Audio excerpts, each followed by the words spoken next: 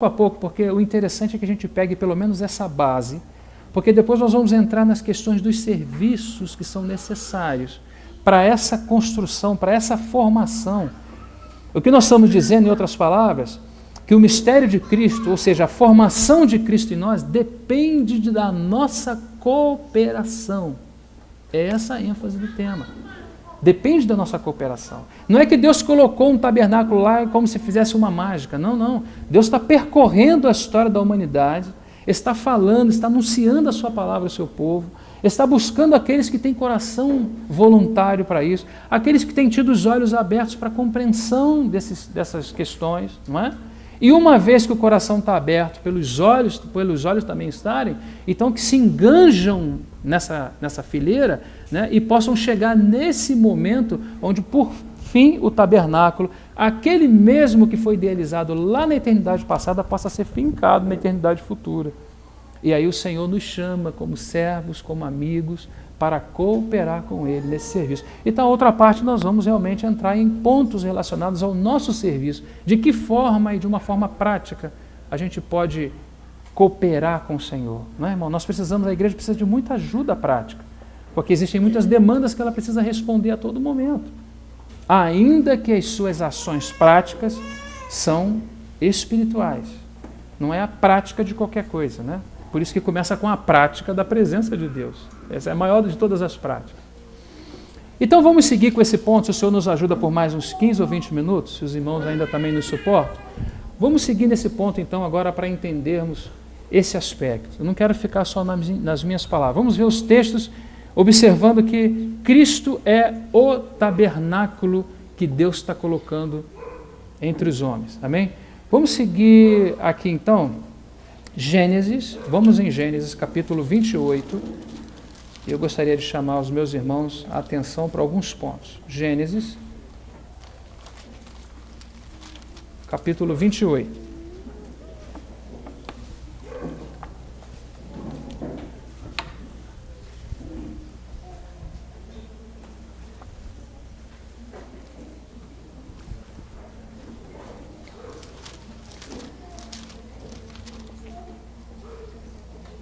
Chegamos aí, nós vamos ler a experiência de Jacó.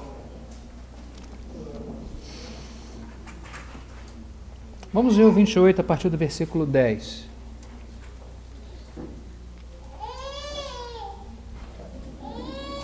Partiu, pois, Jacó de Berseba e foi-se a Harã, e chegou a um lugar onde passou a noite, porque já o sol era posto, e tomou uma das pedras daquele lugar e pôs por cabeceira e deitou naquele lugar. Isso é interessante porque ele põe uma pedra, né, e naquele lugar, e vocês vão ver depois a experiência que ele vai ter. Eu falo assim, que terrível esse lugar. Às vezes, porque ele vai dizer que aquele lugar é a casa de Deus, né? Às vezes a gente também assim, bota alguma coisa, vou deitar aqui, vou ficar por aqui, não sabe nem do que se trata, o que está acontecendo, mas essa é a casa de Deus. Versículo 12, e sonhou, e eis que era posta na terra uma escada cujo topo tocava os céus, e eis que os anjos de Deus subiam e desciam por ela. E eis que o Senhor estava acima dela e disse, eu sou Javé, ou Senhor, o Deus de Abraão, teu pai, e o Deus de Isaque. Esta terra em que está deitado, te darei a ti e a tua semente. E a tua semente será como o pó da terra, estender-se-á ao ocidente, e ao oriente, e ao norte, e ao sul. E em ti e na tua semente serão benditas todas as famílias na terra. E eis que estou contigo e te guardarei por onde quer que fores. E te farei tornar a esta terra, porque te não deixarei, até que haja feito o que tenho te dito. Acordado, pois, Jacó do seu sono, disse, na verdade o Senhor está nesse lugar, e eu não sabia. E temeu e disse, quão terrível é este lugar!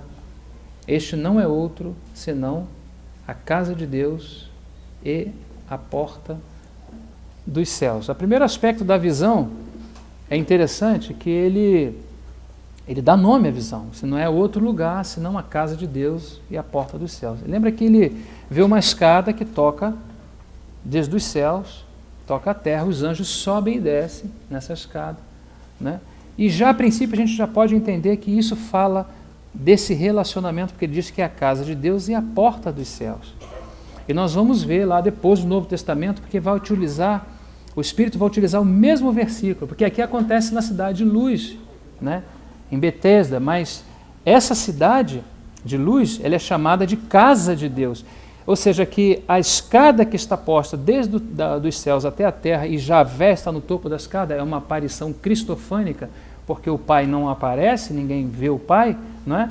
Então já é uma aparição de Cristo já no Antigo Testamento, ele está no topo da escada, não é? E os anjos sobem e descem falando desse relacionamento entre os céus e a terra. Não é? E ele diz que não é outro lugar, é a casa de Deus, ou seja, esse relacionamento entre os céus e a terra é a casa de Deus e a porta dos céus, porque é ele primeiro quem é a casa de Deus, o Senhor Jesus. Aqui ele não aparece, nós vamos ver no versículo 51 depois, lá do capítulo 1 de João, que naquela experiência com Natanael, aquela escada novamente está posta, só que ela não está sobre Betesda, ela está sobre o Filho de Deus, ou seja, é ele a casa, né? Por isso que Colossenses 2, me parece que é versículo 9, diz que nele habita o quê? Toda a plenitude da divindade. Habita nele porque a casa é ele. E ele é a porta dos céus. Por quê? Porque ele é a ponte de relacionamento entre os céus e a terra.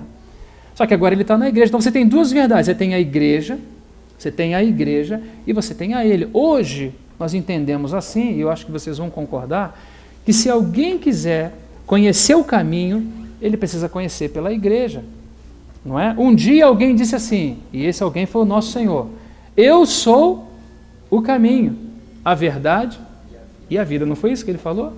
Mas esse mesmo Cristo que andou e empoeirou seus pés naquelas terras de Jerusalém, é o mesmo que depois que foi glorificado, né, que morreu, ressuscitou, ascendeu aos céus, foi glorificado, com o Pai enviou o Espírito, é o mesmo que veio habitar em nós. Não é assim? Alguém gosta de chamar de Cristo místico, né? Eu prefiro não nessas palavras, porque a Bíblia não fala Cristo místico, mas é o Cristo que veio habitar em nós, não é? Pelo Espírito. Amém? Se ele veio habitar em nós, agora quem é que vai dizer agora onde é que está o caminho? Quem vai dizer onde está a vida? Quem vai dizer onde está a verdade? Não é a igreja? Por quê? Porque ela é a porta dos céus. A porta dos céus é o próprio Senhor Jesus, porque é a porta de ligação. Você não consegue fazer ligação com os céus a não ser por meio do Senhor Jesus. Ele é a ligação, não é? Entre o homem e Deus. Ele é o ponto de ligação. Mas você observa que aqui também está a igreja. É um lugar terrível, são os dois aspectos da revelação de Jacó. A igreja, que é um lugar terrível, né? E a porta dos céus. A porta dos céus é o elo de ligação entre os céus e a terra. Mas onde acontece? Nesse lugar terrível. Hoje é isso que ocorre. Quando alguém precisa compreender o que é a vida, onde que ela tem que ser manifestada? Através da igreja, porque Cristo está na igreja. Se alguém precisa compreender para que caminho, qual é o caminho que eu devo andar, né? Como é que você faz? Como é que a igreja faz? A igreja aponta a Cristo, porque Cristo é o caminho. E também a verdade. Quem é a verdade? Depende. Não, a verdade não é relativa, não. A verdade é uma pessoa, e essa pessoa é o Senhor Jesus. Ele está no trono, não é? E também está em nós. Amém? Amém? Então esse é o nosso Senhor. Então, quando você segue nessa revelação do que acontece com a vida de Jacó, você encontra um ponto interessante. Já vamos para lá, para o capítulo de João, onde mostra que ele é esse ponto de ligação, esse elo da escada entre os céus e a terra. Mas Jacó, como nós também, com uma visão ainda muito básica da igreja, né, Jacó ainda tenta fazer algumas jogatinas aqui com o Senhor. Tem uns jogos de palavras aqui, me dá isso, me dá aquilo outro, porque está muito no início a visão para ele. Vamos ler isso aqui e a gente vai para aquele outro ponto lá. Versículo 18. Então levantou-se Jacó pela manhã, de madrugada, e tomou a pedra que tinha posto por cabeceira, e a pôs por coluna, e derramou azeite em cima dela. No início é sempre assim, a gente vê uma visão terrível. Essa visão terrível é a casa de Deus, a porta dos céus está presente, que é o elo de ligação, que é o próprio Senhor que está nela, por isso que ela é um lugar terrível. Mas tem uma coisa, não é? Mas tem uma coisa, você vai observar que quando ele vê, ele diz assim, olha, então se levantou de madrugada e foi. Ele pegou aquela pedra e fez uma coluna e derramou azeite. Mas não é azeite que tem que derramar libação. É sacrifício. Não adianta ver a igreja, tem que se sacrificar por ela, não é? Tem que se sacrificar por ela. Ele derramou azeite e foi. Por isso que o Senhor falou para ele que ele ia voltar, porque o Senhor precisa continuar a sua obra, mas com base na sua forma, da sua maneira, com o seu modelo. Ele derramou azeite e foi. Aí foi ser enganado pelo seu tio, deu as suas muitas e muitas voltas, voltou. Na segunda experiência, ele derrama libação, que quer dizer sacrifício. Às vezes é uma bela visão. O que é a igreja? Oh, isso aqui, isso aqui, isso aqui, isso aqui, isso aqui. Né? Muito linda a visão. Ela só não pode ser prática. Por quê? Porque a visão é importante, mas ela é apenas o início, ela não é tudo. Houve um homem que teve uma visão no Novo Testamento. Foi Paulo. No capítulo 3, ele diz assim, por esta causa, ele acaba de falar do mistério de Cristo no capítulo 3. Aí no versículo 14, ele, pumba, cai de joelho. Por que caiu de joelho? Porque ele vinha falando de uma tremenda causa. E ele fala, por esta causa me ponho de joelho. Isso é derramar libação, isso é derramar sacrifício. Ou seja, ele não só viu o mistério de Cristo, ele agora coloca a sua vida para ser em sacrifício daquilo que ele viu. Aí agora sim você tem a prática, porque é a junção da visão que ele teve, não é? Do que é a igreja, juntamente com a necessidade dele e de todos nós pagarmos o preço por aquilo que vimos, porque senão é uma linda visão e nada além do que isso. Então ele segue aqui dizendo, versículo 19, e chamou o nome daquele lugar Betel. Está vendo como é que ele viu? É casa de Deus, Betel. Né? O nome, porém, daquela cidade, dantes, era Luz. E Jacó fez um voto dizendo, se Deus for comigo, aqui onde você acha que a teologia da prosperidade nasceu com fulano ou Beltrano, não vamos citar os nomes? Não, ela começou aqui, ó. Parece, né? Pode ser que tenha começado até um pouco antes, mas aqui você vê, né? Bom, já recebi uma bela visão, não vou pagar o preço por isso, que eu não estou doido, né? Vou seguir meu próprio caminho. E se eu receber alguns desses benefícios, desse aqui, desse, vamos tentar contar aqui. Ele diz assim, Jacó fez um voto dizendo, se Deus for comigo e me guardar nessa viagem que faço, e me der pão para comer, e vestido para vestir, né? E eu ter paz, olha quanta coisa, né? A casa do meu pai, o Senhor será o quê? O meu Deus. Agora presta bem atenção do que Jacó precisa dar nessa sociedade, porque toda vez que você entra numa sociedade, uma parte você, né, não pode ser unilateral, né? Então uma parte você precisa retornar. E esta pedra que ponho por coluna será chamada casa de Deus, e de tudo quanto me deres, desses 6 pontos que ele numerou aqui, certamente te darei o dízimo. Então ele vai dar 10% daqueles 6 pontos que ele numerou, né? Então ele só está vendo ele. É muito interessante isso aqui. Por que eu estou citando isso aqui?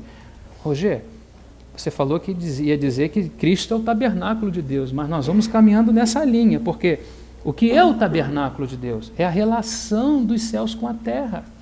O tabernáculo de Deus é Cristo, sim, no primeiro momento. Depois você vai ver que é Cristo formado no corpo de Cristo, no segundo momento, para que você tenha aquele tabernáculo fincado lá no final do Apocalipse. Eis o tabernáculo de Deus entre os homens. Então, ao mesmo momento que nós vamos mostrando que Cristo é esse tabernáculo, a gente também vai entendendo que o propósito desse tabernáculo, né, é um propósito de comunhão, é tabernáculo de reunião. Como diz em Êxodo, é um tabernáculo de comunhão. E aqui estão parâmetros que não têm relação com comunhão. Não tem como crescer essa experiência de Jacó. Por quê? Porque essa experiência não vai à frente. Porque o princípio dela não é comunhão. A base dela é de ir no mercado, né, com um carrinho, e tudo que for bom a gente vai colocando dentro, né? Aquilo que é próprio para nós. Essas são coisas que já precisam já começarem a ser tratadas, porque se nós entendemos que o tabernáculo é um nível de relacionamento entre Deus e o homem, irmão, esse nível de relacionamento não pode ter esse tipo de interesse. Se tiver interesse porque carro novo, porque isso, porque casa, porque se entrar esses interesses, irmãos, não temos aquele tabernáculo no final. Temos com outras pessoas, Deus não vai deixar de seguir a sua obra. Mas se o nosso interesse for no metal vil, for no que Deus pode nos dar, pode nos ofertar e oferecer, fora de cogitação. Por quê? Porque o princípio eterno é de relacionamento. Amém? Vamos então a João capítulo 1. Vamos terminar.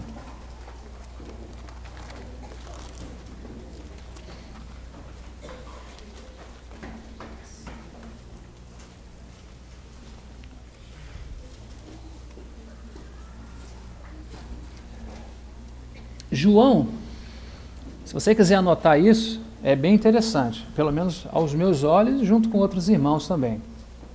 Ele está dentro dos evangelhos sinóticos, ele está à parte, porque existe na história intertestamentária, isso não é registro bíblico, acho que Joséfo, o primeiro historiador, ele menciona isso, que os apóstolos já falavam entre eles, quando viam os evangelhos que já começavam a surgir, eles observavam que o que se falava nos evangelhos estava muito relacionado às obras, o que havia acontecido, etc. e tal.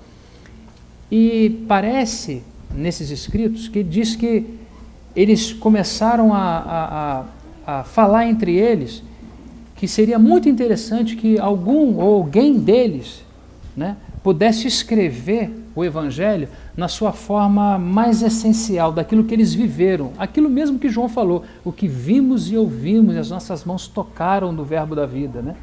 Eles queriam que alguém divulgasse o Evangelho, né, que tivesse essa tônica de comunhão, porque eles viveram isso muito intensamente com o Senhor. Parece-me, se isso for realmente assim, me parece muito próprio, porque os demais evangelhos eles falam muito da obra. Os chamados sinóticos, né, que é Mateus, Marcos e Lucas. Sim, de juntos e óticos de ótica. Né? Sinóticos é que precisam ser vistos com uma mesma ótica. O que é isso? Quando você lê uma passagem em um, é bom que você leia a mesma passagem no outro, para que faça uma complementariedade. E as passagens elas nunca se contradizem, elas se complementam e te enriquece. E também te guarda de qualquer tipo de heresia. Por exemplo, tem questões que estão em Marcos que falam da regra de Deus. Tem questões que aparecem em Mateus que falam de exceção. Então, se você colocar um versículo contra o outro, você vai ter dificuldade. Você tem que ter a regra de Marcos e tem que ter a exceção de Mateus. Você precisa incluir as duas coisas. Não vou difundir aqui para a gente não sair, mas a ideia dos sinóticos é sempre essa. Isso nos ajuda, a nossa leitura, né? Sobre a biografia de Jesus. A vida de Jesus sempre precisa ser lida com esses três juntos. Agora, o que fala João? João fala do aspecto mais intrínseco, digamos, do assunto, né? do aspecto mais interior. João relata a vida que eles viveram com o Senhor Jesus. João fala da profundidade, da comunhão do que eles viveram. Quando você olha o livro de João com essa tônica, você vai observar que ele é um livro de comunhão. Né? Ele é um evangelho que fala da comunhão. E aí nós vamos ler aqui um texto, seguindo essa linha de que Cristo é o tabernáculo de Deus, primeiramente. Não é? Nós vamos ver aqui, capítulo 1, versículo 35. Olha como o aspecto de comunhão está sempre relacionado com esse tema. No dia seguinte, João esteve outra vez ali, na companhia de 2 de seus discípulos. E vendo passar a Jesus, disse: Eis aqui o Cordeiro de Deus. Então esse é o encargo de João, apontar o Cordeiro de Deus, né? Dá à geração daquela época a resposta àquela pergunta que estava sem resposta no Antigo Testamento, né? Quando Isaac sobe com seu pai aquele monte, né? Então tem o cutelo, tem o fogo, né? Tem a lenha, tudo está lá. E ele pergunta, né? O que ele pergunta? Quem lembra? Falta o quê? Onde está o quê? Onde está o Cordeiro? Ele faz essa pergunta. E aí surge a resposta: Deus proverá. Né? Onde está o Cordeiro? E aqui aparece o Cordeiro que esteve... Né? Essa pergunta que não pode ser respondida em todo o Antigo Testamento, ela é respondida aqui. Eis o Cordeiro de Deus. E um pouquinho antes, no versículo 25 do capítulo 1, ele fala que tira o pecado do mundo. A palavra grega é airo, que quer dizer que arranca com força. Essa é a ideia. O pecado do mundo. Mas quando ele entra nesse momento aqui no versículo 35, e agora o 36, e vendo passar Jesus, disse: Eis o Cordeiro de Deus. 37. E os 2 discípulos ouviram-no dizer isto e fizeram o quê? Seguiram a Jesus. Aqui está o perfeito discipulado. Existe um discipulado bíblico? Existe. Ele está aqui. O discipulado, você não vai atrás do mestre co-irmão, não. O discipulado te conduz a Cristo. Toda vez que João mostrava quem era Jesus, ele ficava sem os seus discípulos. João era um homem que estava ficando pobre de discípulos. Sabe por quê? Porque toda vez que quando alguém perguntava a ele quem era Jesus, ele mostrava quem era. Aqui ele ficou sem os dois, numa pancada só, ficou sem 2 discípulos. Esse é o verdadeiro discipulado, irmão. São as pessoas que são conduzidas não a homens, mas a Cristo. E aí ele segue dizendo, e os 2 discípulos, ouvindo dizer isso, seguiram a Jesus. E Jesus, voltando-se e vendo que eles o seguiram, disse-lhes, que buscais? Irmão, pensa um pouquinho nessa sentença. Se Jesus falasse para você assim, o que você quer? Ó, irmão, eu já tenho uma lista, hein? Para dizer o que eu precisava. Né? Parece uma lista rápida. Puxa, olha lá, eu vou pedir. Não, pode falar. Vou pedir. Pede. O que é que você quer? Eles podiam pedir muitas coisas aqui, não podiam? Mas olha qual foi a resposta. Onde moras? O que significa isso? Significa que eles não querem nada do mestre diretamente. Eles querem comunhão com ele. Imagina se você pergunta a uma pessoa o que você quer, né? E a pessoa diz para você, eu só queria saber onde você mora. O que ela quer com você? Ela quer ir na sua casa. O que é ir na sua casa? É ter comunhão, porque esse é um livro que fala de comunhão. Nesse mesmo contexto, nós vamos ver aquela escada, vai aparecer daqui a pouquinho aquela escada. Só que naquele contexto, daquele homem lá, daquele Jacózão velho de guerra, aquele contexto lá, ele só olha para ele. Lá não há comunhão, né? Lá é se me abençoar, se fizer isso, se me dar um carro novo, uma Ferrari, claro que na linguagem do Antigo Testamento, né? Mas o Novo Testamento, aqui nessas páginas, o que aparece? Aparece um princípio de comunhão. Por quê, irmãos? Porque o princípio é de relacionamento. O propósito eterno de Deus é de se relacionar com o homem. Então vamos ver no versículo 51, vamos direto então. Essa é a passagem de Natanael que todos vocês eu sei que conhecem. Então nós vamos seguir no versículo 51, né, quando o Senhor Jesus revela a Natanael que viu ele antes dele, aí viu ele aí debaixo da figueira, né, e ele falou, então tu és o Filho de Deus, e tal, falou, porque eu te vi, porque eu disse que te vi debaixo da figueira, você diz isso, você crê, não é? Mas aí ele vai dizer o quê?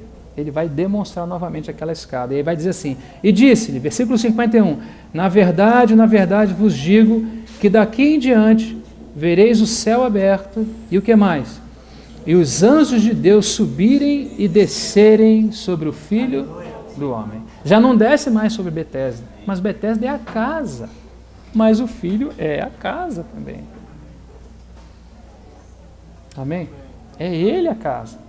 Então lá está escuro para nós. Por isso que a cidade é luz. Porque o Filho é a luz, não é? Da clareza, da revelação, da abertura dos olhos. Não é? Mas mais do que isso, ele também é a casa. É onde a plenitude da divindade habita. Nele habita corporalmente, é outro texto. Né? Toda a plenitude da divindade. Então nós estamos seguindo nesse entendimento que para que ele coloque o tabernáculo no futuro, o tabernáculo primeiro precisa ser colocado no passado.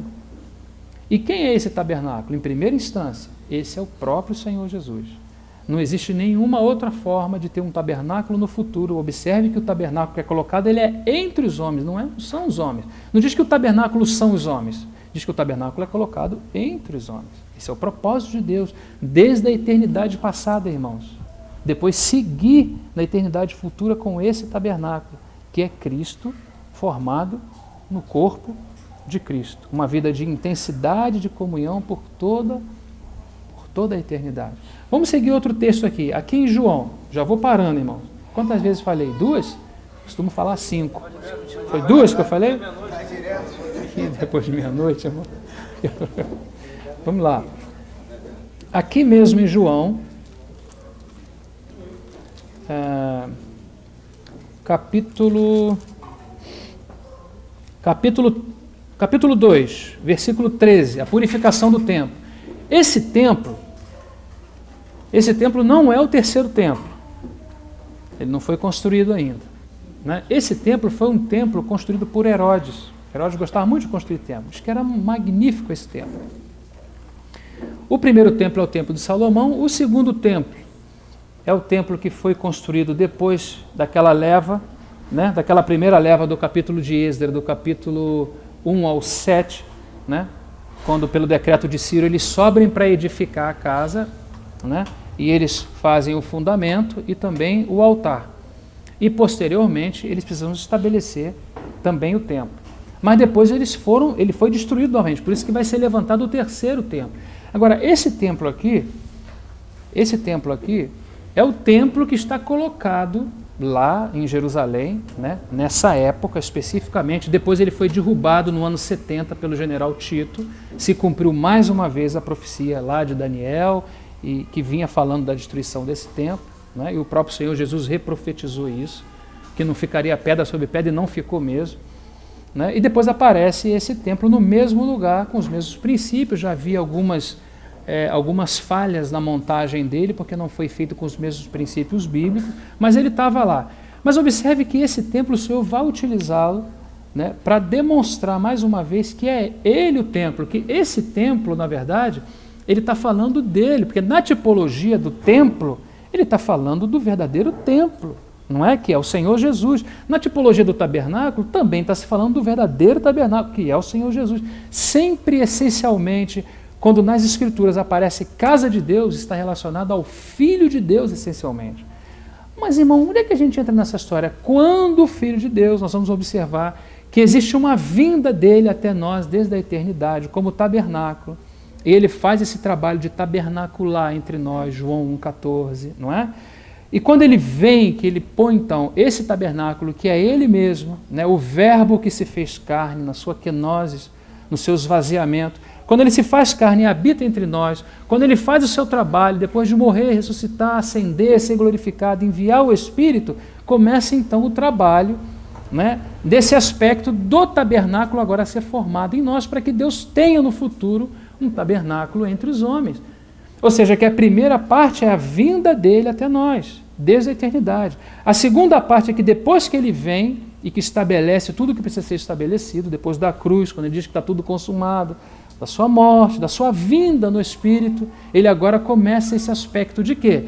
Da sua vida, que é o tabernáculo de Deus, ser formado em nós. E aí começa então esse processo de cooperação para que esse tabernáculo seja formado em nós. Na sua essência, não temos nenhuma cooperação em relação a Cristo. É ele o tabernáculo de Deus e ponto. Né? Mas na sua forma subsidiária, em segunda instância, sim. Em segunda instância, ele agora vai ser formado, há uma necessidade dele ser formado em nós.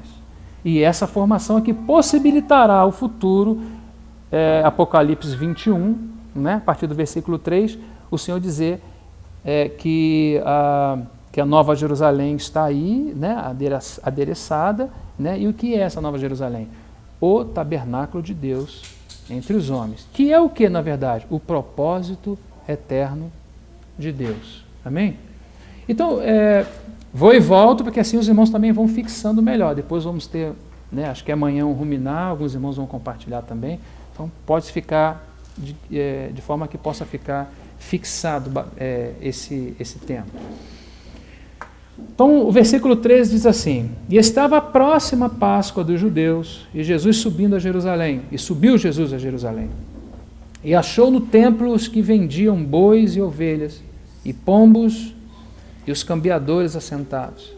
E tendo feito um azorrague de cordéis, lançou todos fora do templo, bem como os bois e ovelhas, e espalhou o dinheiro dos cambiadores e derribou as mesas. E disse aos que vendiam pombos: Tirai daqui estes, e não façais da casa do meu pai casa de venda. Guarda essa palavra. Casa de quem? Do meu? Casa do meu pai. Guarda essa frase. Casa de vendas. E os seus discípulos lembraram-se do que está escrito: O zelo da tua casa me devorará. Responderam, pois, os judeus e disseram-lhes: Que sinais nos mostras para fazeres isso? Jesus respondeu e disse: Derribai este templo, e em 3 dias o levantarei. Olha a relação que ele está fazendo. Não façais da casa do meu pai casa Casa de quem? Casa do pai. Ele está ao lado, ele está dentro do templo, expulsando aqueles cambistas. Não façais da casa do meu pai. Então a casa do meu pai é o que ele está chamando do templo. Casa do meu pai. E agora ele diz, derribai este templo e em 3 dias o levantarei. Agora ele faz a relação da casa do pai, que é o templo, com o corpo, com ele mesmo, que morreria, e ao 3º dia ressuscitaria. Correto? Estão acompanhando? Levantarei. Versículo 20. Disseram, pois, os judeus, em 46 anos foi edificado este templo. Por quê? Porque a cabeça deles está no templo. Mas o Senhor está falando que o templo é a casa do pai, não é? E está fazendo uma relação com ele, porque ele está falando em 3 dias vai ser derrubado e vai o quê? E vai ressuscitar. E levantarei. Versículo 20. Disseram, pois, os judeus, em 46 anos foi edificado este templo, e tu levantarás em 3 dias? Versículo 21, para fechar então.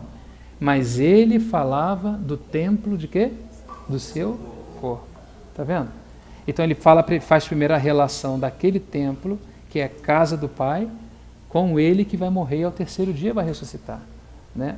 E eles acham que aquela casa, né, foi construída em 46 anos, como é que vai em 3 dias ser levantado?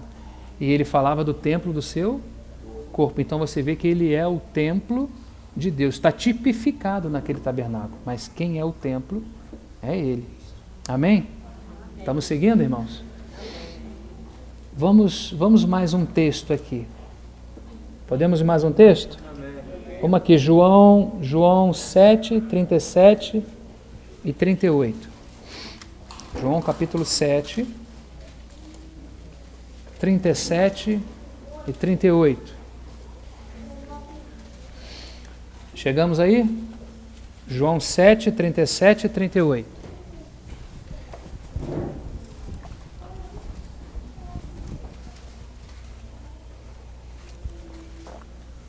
Vamos ler esse último texto para essa noite, irmãos, e liberamos os irmãos. 7:37. E no último dia da grande festa, essa festa eram aquelas festas judaicas que aconteciam, eram 7 festas, lembram disso? Páscoa, quem lembra? Ázimo, que mais? Primícias, não é? Pentecoste, que mais? Quem lembra? São 7 festas importantíssimas, porque elas se desenvolvem na história da humanidade e as 6 já aconteceram. Nós só esperamos uma, a dos tabernáculos, não é? Que era a festa das colheitas. Os judeus saíam das suas casas e ficavam em 7 dias habitando em tendas e glorificando a Deus pela colheita, porque eles tinham uma colheita naquele tempo, né? Então agradecendo a Deus pela colheita. E que colheita é essa? Porque Páscoa é Cristo crucificado. Essa é a tipologia e o antítipo, né? A figura e a realidade. Então Páscoa é Cristo crucificado. Ázimos é Cristo comungado, porque ázimo fala dos pães, né? Ele diz, eu sou o pão da vida, por causa dessa comunhão, tá vendo?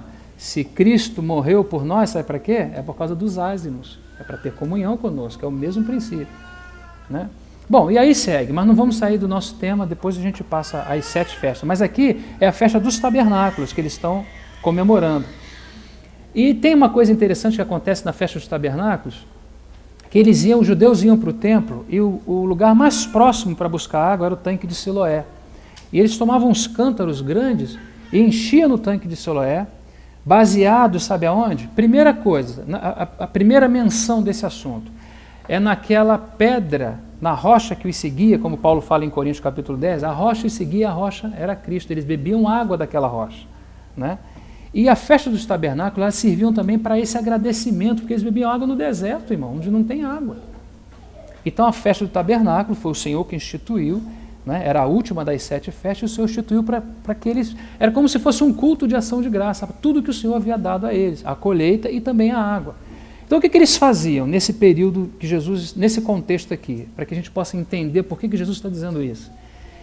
Eles tomavam os sacerdotes saíam do templo, tomavam aquele cântaro de ouro, enchia aquele cântaro lá no tanque de Siloé, trazia aquela água e ia às escadarias baseado primeiramente nos textos que falavam da água que saía, da provisão de água que eles tinham no Antigo Testamento, né, caminhando pelo deserto, e também baseado em Ezequiel capítulo 47, que fala também desse acontecimento.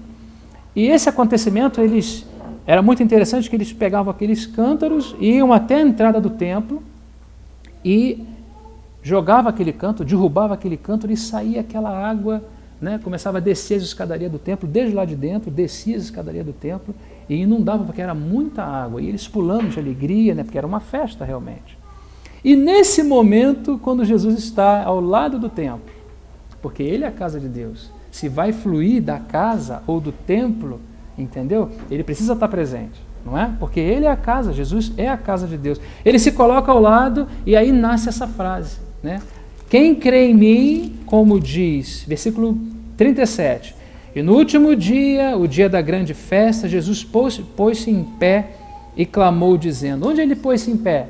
Muito provavelmente onde estava acontecendo aquele evento, que acontecia, não é? Ele se pôs em pé ao lado do templo para demonstrar que ele é o templo e que a água sai dele. Essa é a figura. Por isso que ele está dizendo isso aqui nesse contexto. Ele diz assim, clamou dizendo, se alguém tem sede, que venha a mim e beba. Essa é a realidade espiritual. Aquela água lá era Cristo, porque Paulo fala, e a rocha o seguia, e a rocha era... Ele não diz nem que a rocha era uma tipologia, não, ele fala, a rocha era Cristo. Ou seja, de onde que saía a água? Era da rocha, mas no Novo Testamento, de onde vem a água? De Cristo. E nessa figura no templo, baseado em Ezequiel, no capítulo 47, é que saiu uma fonte da casa, era do templo que saía. Então eles entendiam isso literalmente.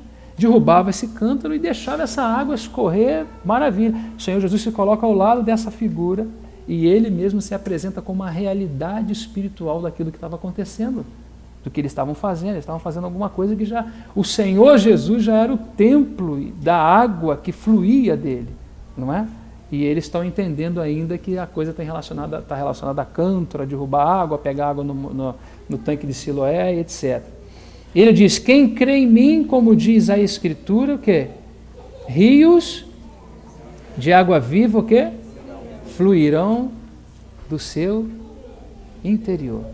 Então, é essa a figura. Novamente, ele se apresenta como ele sendo a casa, e o fluir que sai da casa, ou que sai do templo, é o fluir que sai dele. É ele a água, é ele o templo, e também é ele a água. Ele é o templo de Deus, e ele também é a água que faz jorrar desse templo. Amém? Eu falei que era o último, não. Tem mais um, e a gente termina. Me acompanha aqui, irmãos, João, capítulo 1, e termina. João, capítulo 1, vamos ver essa figura da casa de Deus, agora em João, novamente no capítulo 1, agora demonstrada como uma figura do tabernáculo. Depois vai simplificar, irmão, depois vamos descer na escada aí pouco a pouco, mas como é um propósito eterno, temos que ir devagar, pouco a pouco, amém? Para que fique bem fixado. Capítulo 1, versículo 1 de João, diz assim, no princípio era o Verbo estava com Deus e o Verbo era Deus. O tabernáculo tinha dois materiais predominantes. Quem lembra? Um primeiro, fala para mim. Pode falar livremente. Fala de um material que tinha muito. Esse é o primeiro material, ouro. O segundo que se contrapõe com esse, madeira. Está vendo? Os irmãos já falaram o que é. Aqui já aparece o ouro do tabernáculo, a divindade de Cristo. Está tipificado no ouro do tabernáculo, no ouro do templo, etc. Ele diz assim, no princípio era o Verbo. Não que o Verbo começou no princípio, mas que quando houve um princípio, o Verbo já estava aí. Era né? Enarché en, a frase aqui, enarché en, não diz que ele estava, ou que ele não diz que ele começou no princípio. Pode ser traduzido como estava, e não era, estava, porque é en, a palavra no grego. No princípio era o Verbo. Então, isso já é um testemunho de pré-existência, porque ninguém pode estar no princípio a não ser Deus mesmo. Nós começamos num determinado princípio no tempo. O princípio de Deus não é no tempo, e nem mesmo na eternidade. É num tempo onde não há tempo. Deus não tem princípio. Amém? Era o Verbo, e o Verbo estava. Isso fala de duas coisas importantes. o verbo estava, fala de coexistência, porque já estava com Deus, e fala também de coinerência, porque não só estava com Deus, mas Deus estava no verbo e o verbo estava em Deus.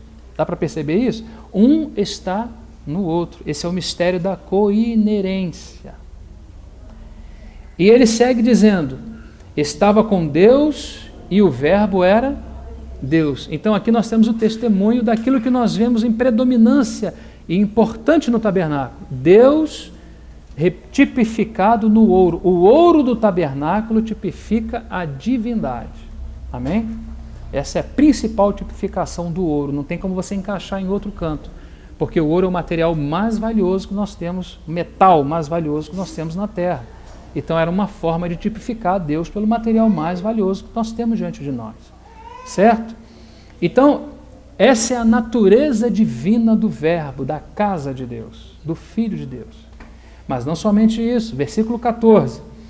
E o verbo se fez madeira. Aqui está a madeira do tabernáculo, aquele tabernáculo fala dele. Então, esse verbo que virá até nós, ele tem que ter essas duas principais características. Ele tem que ser divino, porque você pecou e eu pequei, e o nosso pecado não foi contra nosso irmão, nem foi contra os anjos, foi contra Deus. Todo pecado que se comete contra Deus. Quem é que tem que vir para te perdoar? O próprio Deus. Não pode mandar o anjo Gabriel, nós não pecamos contra o anjo Gabriel. Foi contra Deus. Por isso que as mais de 300 profecias messiânicas encaixa apenas em um homem, em toda a história, no Senhor Jesus Cristo. E ninguém mais encaixa aquelas mais de 300 profecias. Então, ele é Deus, é o primeiro ponto. Ah, mas tem mal, é Deus? Então não pode ser o enviado de Deus. Ele tem que representar Deus. Alguém pode representar Deus? Existe esse encargo para algum homem? Ninguém pode representar Deus. Ele vai testemunhar de Deus. Alguém pode testemunhar de Deus? Sim ou não? Não se pode testemunhar de Deus. Sabe como a igreja testemunha de Deus? Quando Cristo vive nela. É Cristo que testemunha de Deus. Quando ele é formado no nosso caráter, não é? Então não é o caráter seu bom. É o caráter de Cristo formado em você. É ele que testifica e testemunha de Deus. Amém? Mas esse homem que vem, esse verbo que se fez carne, ele também tem que ter uma outra natureza. Por que ele tem que ter uma outra natureza?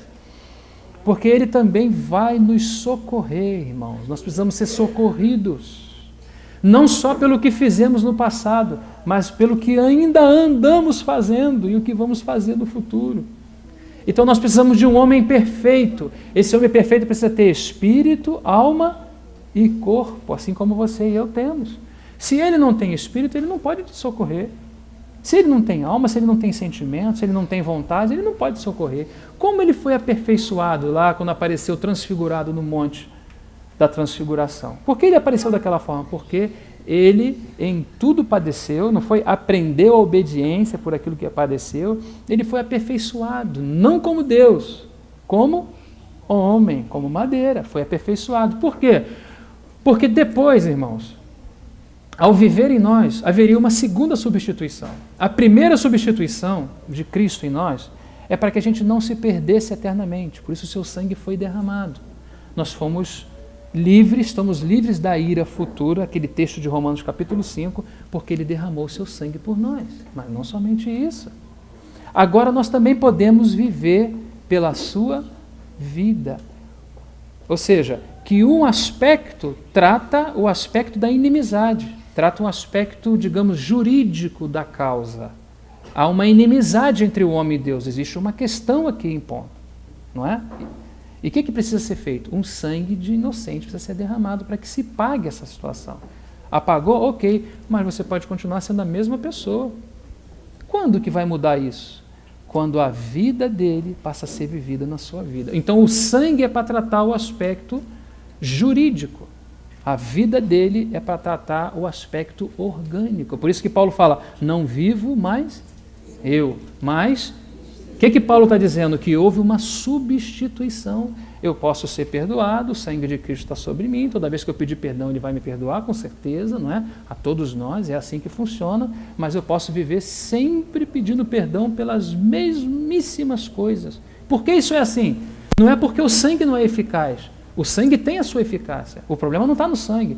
O problema está na falta de substituição. Eu ainda vivo a minha vida. Eu não permito Cristo viver no meu lugar. Então você observa, se ele vive uma vida perfeita na terra, ele pode substituir você e a mim de uma forma perfeita. Sim ou não? Claro que pode. Então você não pode ficar só com o aspecto do sangue. Você também tem que ter o aspecto da vida. Temos que contar com o sangue, mas também contar com a vida. Você, todo momento, nós a todo momento, temos que ser encontrados nele, em comunhão com ele, na vida dele, submersos nele. Estão me entendendo, meus irmãos? Amém?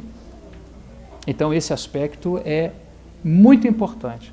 Quando então ele vive a sua vida perfeita aqui, é porque essa vida substituiria a nossa vida. No derramado Espírito, ao recebermos o Espírito de Cristo, não é? Que é o Espírito Santo, é chamado Espírito de Cristo porque ele tem as características, ele sabe bem, ele conhece muito bem a Cristo. E ele pode aplicar as realidades espirituais de Cristo no corpo de Cristo. O Espírito pode nos socorrer, porque tudo que Cristo fez na sua vida, não é? Agora, no enviado Espírito, o Espírito pode nos fazer permanecer em Cristo. E aí somos substituídos pela vida. Amém? Esse aspecto é fundamental da vida cristã. Então ele precisa ser o quê? O verbo precisa ser carne também. Não é? E o verbo se fez carne e habitou entre nós. O que nos surpreende é que a palavra habitou, na nossa tradução, tabernaculou entre nós. Então chegou o verbo de Deus até nós. O Deus que precisava ser Deus para nos perdoar, o Deus homem que precisava ser homem para nos socorrer, não é? É agora a sua chegada, esse é o momento da sua chegada. Por isso que o versículo 14 diz: e o verbo se fez carne. Primeiro o versículo 1 diz o quê? Fala da sua natureza divina. E agora no versículo 14 fala da sua natureza humana. Um Deus 100% divino e 100% humano. Ele agora tem uma natureza teoantrópica, como é chamado, né? Deus de teós e antropos, de homem, né? Ele tinha uma natureza só, passou a ter duas. E a segunda natureza está intimamente relacionada a nós. Primeiro, sim, para nos socorrer, mas não somente isso. Quando nós estivermos com o nosso Senhor, nesse tabernáculo maravilhoso que Ele está edificando, essa tenda maravilhosa que Ele está levantando para uma eternidade de comunhão, assim como Ele é, o veremos. Você sabe o que significa isso? Você verá um homem diante de você. Não vai ser uma luz, não vai ser uma aparição fantasmagórica, não é? Alguém com uma coisinha assim, um barbudo, branco, os olhos azuis. Acho pouco provável ter olhos azuis e ser branco naquela região. Pode ser até que você se assuste. Acho que não vai se assustar porque já está com o corpo glorificado, já recebe isso com muita, de uma forma muito diferente. Mas o que ocorre é que veremos um homem na glória. Ele agora tem a mesma natureza que nós temos, só que glorificado e sem pecado. E nós estamos nesse processo de aperfeiçoamento e receberemos também a glorificação do corpo, amém? No dia do Senhor. Então ficamos com essa parte aqui por hoje, né? Chegamos até esse ponto em dizer que Ele é o tabernáculo de Deus, que Deus deseja ter um tabernáculo para a sua morada em plenitude, na plenitude dos tempos. Que esse também é um propósito eterno desde os tempos eternos. Isso começou no coração de Deus. Irmão, ponha isso no seu coração. Ponha isso no seu coração pelos textos bíblicos, não pelas minhas palavras. Deus foi quem arquitetou tudo isso. O seu Filho é o modelo arquitetônico de tudo isso que o Senhor fez. Tudo vai parecer, tudo está convergindo para o seu Filho. E o que Deus quer ver no final, é uma grande tenda armada, e essa tenda fala da nossa vida, de intensidade, de comunhão entre Deus e o seu povo, entre o seu povo e Deus. Isso é o que tem de maior importância para o momento em que nós estamos vivendo. Por quê? Nós vamos entrar na segunda parte para explicar isso, amanhã, se o Senhor nos permitir. Por que isso é muito importante? Porque Ele vai precisar, ou em outras palavras, Ele conta conosco de uma forma muito prática na cooperação do armar dessa tenda. Isso não é qualquer tenda. Essa é a tenda do Deus da glória. Essa é a tenda do Deus que planejou isso na eternidade passada e que colocou isso já na eternidade futura, né? Porque ele já vê antes de que as coisas aconteçam, ele não precisa do tempo, ele já consegue enxergar as coisas antes do tempo, não é? Então, irmãos, isso é de muita importância para nós, a cooperação responsável de cada filho de Deus nos princípios que nós vamos compartilhar juntos aqui, se o Senhor nos permitir amanhã. Ainda vamos ver um pouco dessa vinda desde a eternidade dele até chegar a nós nas suas obras objetivas. A partir das obras objetivas, quando ele nos dá o Espírito, entra as obras subjetivas, o aspecto subjetivo da obra.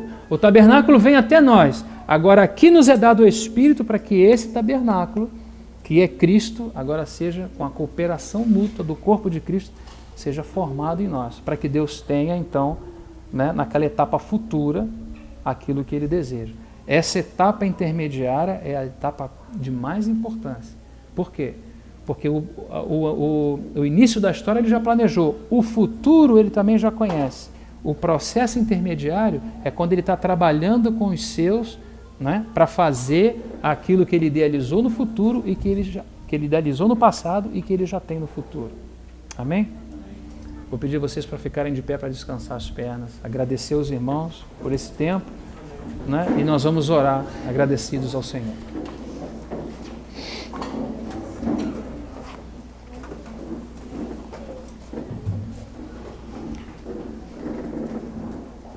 Senhor, te agradecemos por esse tempo que o Senhor nos concede essa noite. Obrigado por nos abençoar, Senhor, com a sua presença, com a presença dos nossos irmãos. Nós aqui que estamos reunidos, Senhor, em Teu nome. Nós contamos com o Senhor, com a sua ajuda e no decorrer da comunhão que teremos. Pedimos ao Senhor que nos guarde nessa noite, que nos dê descanso. E pedimos mais, Senhor, pedimos que o Senhor avance com o seu propósito em nós. O Senhor tenha o seu lugar de primazia, o Senhor tenha a glória que somente o Senhor merece, o Senhor avance ao pôr, ao desejo de pôr esse tabernáculo entre nós, que realmente o seu Filho avance, que o seu Espírito avance, que a vida de Cristo avance em nós, para que o Senhor tenha aquilo que o Senhor deseja merecidamente. Nós nos encomendamos a Ti e à palavra da Sua graça. Pedimos que o Senhor continue nos dando, Senhor, momentos de edificação, de alegria, de comunhão, em todos os momentos em que estaremos aqui por esses 2 dias. Nós agradecemos o Senhor imensamente. Em Cristo Jesus, nosso Senhor. Amém. Amém. Obrigado, irmão.